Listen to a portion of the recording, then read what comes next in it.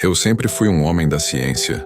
Engenheiro civil, 42 anos, acostumado a resolver problemas com lógica e matemática. Mas naquela manhã de setembro, algo dentro de mim se quebrou. E não foi uma máquina que consegui consertar. Estava no hospital olhando para minha filha inconsciente após o acidente. Os médicos falavam em probabilidades, em chances mínimas. Eu calculava, recalculava, mas os números não me davam esperança. Foi quando percebi que toda a minha racionalidade não servia para nada. Uma enfermeira se aproximou e disse algo que mudaria tudo. Às vezes é preciso ter fé quando a razão não alcança. Eu quase ri da ironia. Fé? Eu, que passara a vida inteira questionando tudo, precisava aprender sobre fé? Aquela noite, sozinho no corredor do hospital, fiz algo que jamais imaginei. Ajoelhei e pedi ajuda. Não sabia para quem. Não sabia como. Mas senti uma necessidade desesperadora de acreditar em algo maior que meus cálculos. O que aconteceu nos dias seguintes não tem explicação científica. Pelo menos não a que eu conhecia antes. Esta é a história de como um cético se tornou um homem de fé, e como essa transformação salvou não só minha filha, mas principalmente a mim. Antes de continuar, me diga: de onde você está assistindo? Escreva aí nos comentários sua cidade, seu país. Quero saber onde estão as pessoas que, como eu, já passaram por momentos em que a vida nos faz questionar tudo. E se você ainda não se inscreveu no canal, faça isso agora. Voltando à minha história, sempre fui o tipo de pessoa que precisa ver para crer. Na faculdade de engenharia, aprendi que tudo tem uma explicação lógica. Força, resistência, pressão, tudo pode ser calculado e previsto. Essa foi minha base por 20 anos. Construí uma carreira sólida, uma família que eu achava perfeita. Minha esposa Ana sempre foi mais espiritualizada, mas eu respeitava sem participar. Cada um com suas crenças, eu dizia. Não imaginava que um dia eu precisaria desesperadamente de algo em que acreditar. O acidente aconteceu numa quinta-feira comum. Minha filha Sofia, de apenas 10 anos, estava voltando da escola quando um motorista bêbado invadiu a calçada. Em segundos, toda a nossa vida virou do avesso. E eu, o homem que sempre teve resposta para tudo, me vi completamente perdido. No hospital, enquanto esperava notícias, comecei a questionar tudo o que acreditava. Se existe um Deus, por que permite isso? Se tudo é aleatório, qual o sentido de lutar? Essas perguntas me consumiam mais que o medo de perder minha filha. Os médicos não eram otimistas. Traumatismo craniano severo, coma induzido, chances mínimas de recuperação total. Cada palavra técnica que eles usavam era como uma punhalada. Eu entendia a linguagem médica, mas não conseguia aceitar o diagnóstico. Ana chorava em silêncio, rezando baixinho. Eu a olhava sem entender como ela conseguia manter a fé numa situação tão desesperadora. Como você consegue acreditar agora? Perguntei. Ela me olhou com os olhos vermelhos e disse: é exatamente agora que preciso acreditar mais. Passei 3 dias sem dormir, fazendo planilhas com estatísticas de recuperação, pesquisando tratamentos experimentais, calculando probabilidades. Minha mente racional buscava uma solução técnica para um problema que parecia não ter solução. Pela primeira vez em anos, chorei. Não era só pela Sofia, era por toda uma vida construída sobre a ilusão de que eu tinha controle sobre tudo. Dona Maria ficou ali, em silêncio, apenas segurando minha mão enquanto eu me desfazia. Foi na 3ª noite que conheci Dona Maria, uma senhora que limpava os corredores do hospital. Ela se aproximou e disse: filho, você está sofrendo em dobro. Sofre pela situação e sofre por não conseguir controlar. Suas palavras me atingiram em cheio. Eu sempre consegui resolver tudo, respondi a ela. Mas aqui não tenho poder sobre nada. Dona Maria sorriu com uma sabedoria que eu nunca havia visto. Essa é sua primeira lição. Reconhecer que existe algo maior que nossa capacidade. Naquela conversa, ela me contou sobre sua própria experiência. Havia perdido um filho em um acidente e quase enlouquecera de dor. A fé não me trouxe meu filho de volta, disse ela, mas me trouxe paz para continuar vivendo. O que eu faço agora? Perguntei entre soluços. Você aprende a confiar, ela respondeu. Não em você mesmo, mas em algo maior. Pode chamar de Deus, de universo, de energia. O nome não importa. O que importa é que você pare de carregar o mundo nas costas. Aquela noite saí do hospital e caminhei pelas ruas vazias. Olhei para o céu estrelado e, pela primeira vez na vida, me senti verdadeiramente pequeno. Mas não era uma sensação ruim. Era como se finalmente pudesse dividir o peso que carregava sozinho. Voltei para casa sabendo que algo havia mudado em mim. Ainda não era fé, mas era o primeiro rachinho na muralha da minha teimosia racional. E seria apenas o começo de uma transformação que eu jamais imaginaria possível. No quarto dia, decidi fazer algo que nunca havia feito: acompanhar Ana numa das suas orações. Não por fé, mas por desespero. Se havia uma chance mínima de isso ajudar Sofia, eu tentaria qualquer coisa. Ficamos ali no quarto do hospital de mãos dadas ao lado da cama da nossa filha. Ana falava com Deus como se falasse com um amigo próximo. Eu apenas escutava, tentando entender aquela linguagem que sempre me pareceu tão distante. Fala você também, Ana sussurrou. Eu não sei como, respondi honestamente. Só fala do coração, ela orientou. Fechei os olhos e, pela primeira vez, tentei me comunicar com algo que não conseguia ver ou tocar. Minhas primeiras palavras foram de revolta. Se você existe, por que permite isso? O que uma criança de 10 anos fez para merecer isso? Era mais um desabafo de raiva do que uma oração. Mas Ana sorriu e disse: Isso também é oração. Aos poucos minha raiva se transformou em súplica. Pedi para trocar de lugar com Sofia. Ofereci minha vida em troca da dela. Prometi ser uma pessoa melhor, mais presente, mais grato. Eram as palavras mais sinceras que eu já havia pronunciado. Naquela tarde, algo extraordinário aconteceu. Os médicos notaram uma pequena melhora nos sinais vitais da Sofia. Não era nada cientificamente significativo, mas para mim foi como um sinal. Talvez minhas palavras tivessem sido ouvidas. Comecei a pesquisar sobre fé e espiritualidade com a mesma dedicação que pesquisava soluções de engenharia. Li livros, artigos, depoimentos. Descobri que a fé não era o oposto da razão, mas sim um complemento a ela. Conheci histórias de pessoas que passaram por situações similares e encontraram força na espiritualidade.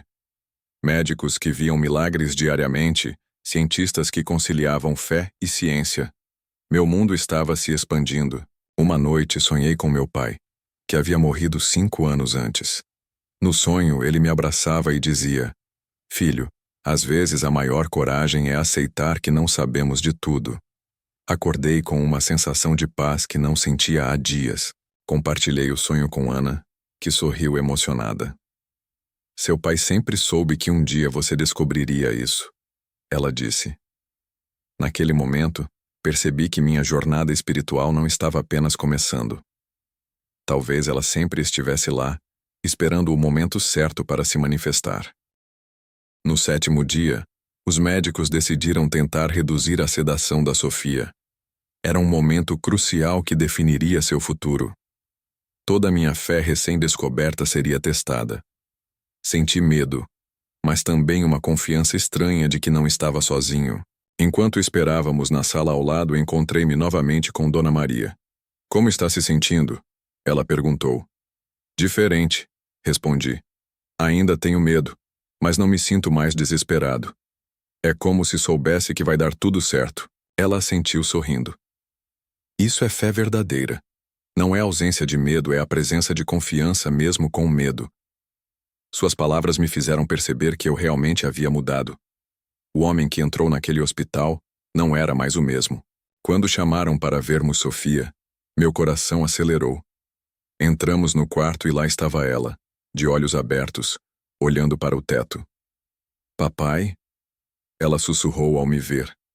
Naquele momento, senti que toda a força do universo estava presente naquela palavra. Chorei como nunca havia chorado na vida. Eram lágrimas de gratidão, de alívio, de transformação. Ana abraçava Sofia enquanto eu agradecia silenciosamente a tudo que havia me permitido chegar até ali. A medicina havia feito sua parte, mas algo maior também. Os médicos ficaram surpresos com a rapidez da recuperação. É raro ver uma recuperação tão completa em casos como este, disse o neurologista. Eu sorri, sabendo que havia testemunhado algo que transcendia suas explicações científicas. Durante a recuperação da Sofia, continuei minha jornada espiritual. Comecei a frequentar grupos de estudo, a meditar, a orar regularmente. Não abandonei minha racionalidade, mas aprendi a equilibrá-la com a fé. Minha relação com Ana se transformou completamente. Agora dividíamos não só as preocupações materiais, mas também as buscas espirituais. Nossa intimidade se aprofundou de uma forma que eu nem sabia ser possível. No trabalho também mudei. Comecei a enxergar cada projeto não apenas como um desafio técnico, mas como uma oportunidade de servir, de fazer diferença na vida das pessoas. Minha carreira ganhou um propósito que ela nunca havia tido. 3 meses depois do acidente, Sofia estava completamente recuperada. Mas eu sabia que o verdadeiro milagre não havia sido apenas sua cura física. O milagre havia sido minha própria transformação de um homem que questionava tudo para alguém que sabia confiar. 1 ano depois, minha vida era irreconhecível. Continuava sendo engenheiro, mas agora também era um homem de fé. Descobri que essas duas identidades não apenas coexistiam, como se complementavam perfeitamente. Comecei a participar de grupos de apoio no hospital onde Sofia ficou internada. Ajudava outras famílias que passavam pelo mesmo desespero que eu havia enfrentado. Era minha forma de retribuir toda a ajuda que havia recebido. Nesses grupos conheci pessoas extraordinárias. Pais que encontraram força na fé, mães que descobriram propósito na dor. Famílias que se uniram ainda mais através das dificuldades. Cada história reforçava minha própria transformação. Sofia também havia mudado. Apesar de ser apenas uma criança, ela mostrava uma maturidade emocional impressionante. Papai, eu sabia que você ia me salvar, ela disse uma vez. Não fui eu quem salvou você, respondi. Foram outras forças trabalhando através de mim. Minha relação com Dona Maria se manteve. Ela se tornou uma espécie de mentora espiritual, alguém que me ajudava a entender os caminhos da fé. Você está aprendendo que a vida é muito maior do que nossa compreensão, ela dizia sempre. No trabalho, lancei um projeto voluntário da empresa para construir casas populares. Queria usar meus conhecimentos técnicos para servir pessoas que precisavam. Foi o projeto mais gratificante da minha carreira. Ana e eu começamos a praticar a gratidão diariamente. Toda noite antes de dormir, compartilhávamos 3 coisas pelas quais éramos gratos. Era um ritual simples, mas que transformou nossa percepção sobre a vida. Aprendi que a fé não significa ter respostas para tudo, mas sim ter paz com as perguntas sem resposta. Algumas coisas simplesmente transcendem nossa capacidade de compreensão, e isso não é algo para temer, mas para aceitar. 2 anos depois do acidente, escrevi um livro sobre minha experiência. Não para me promover, mas para ajudar outros céticos como eu a descobrirem que fé e razão podem caminhar juntas. O livro tocou muitas vidas. Hoje, quando olho para trás, vejo que o acidente da Sofia, por mais doloroso que tenha sido, foi o catalisador da minha verdadeira transformação. Às vezes, a vida precisa nos quebrar para nos reconstruir mais fortes e mais completos. 5 anos se passaram desde aquele dia no hospital. Hoje, além de engenheiro, sou palestrante em grupos de apoio e centros espirituais. Compartilho minha história não para converter ninguém, mas para mostrar que a transformação é possível. Recebo mensagens de pessoas do mundo inteiro que se identificam com minha jornada. Céticos que descobriram a fé. Pessoas de fé que aprenderam a equilibrar razão e espiritualidade. Cada história me lembra do poder da transformação genuína. Sofia, agora adolescente, às vezes me acompanha nas palestras. Ela conta sua parte da história com uma naturalidade que me emociona. Meu pai me ensinou que podemos ser inteligentes e ter fé ao mesmo tempo, ela costuma dizer. Ana se tornou coordenadora de um centro de apoio espiritual. Nossa parceria na vida se estendeu para o trabalho voluntário. Descobrimos que ajudar outros fortalece nossa própria fé e união. Dona Maria, agora com 80 anos, continua sendo minha mentora. Você não mudou, ela me disse recentemente. Você apenas descobriu quem sempre foi. Suas palavras me fizeram refletir sobre quantas pessoas vivem sem conhecer seu verdadeiro eu. Em uma das palestras, conheci um jovem engenheiro que estava passando pela mesma crise que eu havia enfrentado. Vê-lo descobrir seu caminho espiritual me lembrou de como é importante ter alguém para nos guiar nos momentos difíceis. Aprendi que a transformação espiritual não é um evento único, mas um processo contínuo.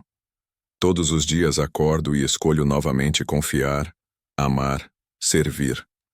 A fé é uma decisão diária, não uma conquista permanente. Meu projeto de casas populares cresceu e se tornou uma ONG. Já construímos mais de 200 casas para famílias carentes. Ver o sorriso de uma criança ganhando sua primeira casa própria me lembra constantemente de por que estou aqui. Hoje entendo que minha racionalidade não foi um obstáculo para a fé, mas sim uma ferramenta que me ajudou a construir uma espiritualidade sólida. Não acredito cegamente, acredito conscientemente. Quando as pessoas me perguntam como concilio ciência e fé, sempre respondo: a ciência me ensina como as coisas funcionam, a fé me ensina por que elas existem. Ambas são necessárias para uma vida plena e significativa. Hoje, 10 anos depois daquele momento no hospital, posso afirmar com certeza: sou um homem completamente transformado. Não mudei de profissão, não mudei de personalidade. Mudei de perspectiva sobre a vida. Minha filha Sofia está na universidade estudando medicina. Ela diz que quer ajudar famílias como a nossa naqueles momentos difíceis. Ver ela escolher uma profissão de cuidado me enche de orgulho e gratidão. Ana e eu acabamos de completar 20 anos de casamento. Nossa relação nunca foi tão forte.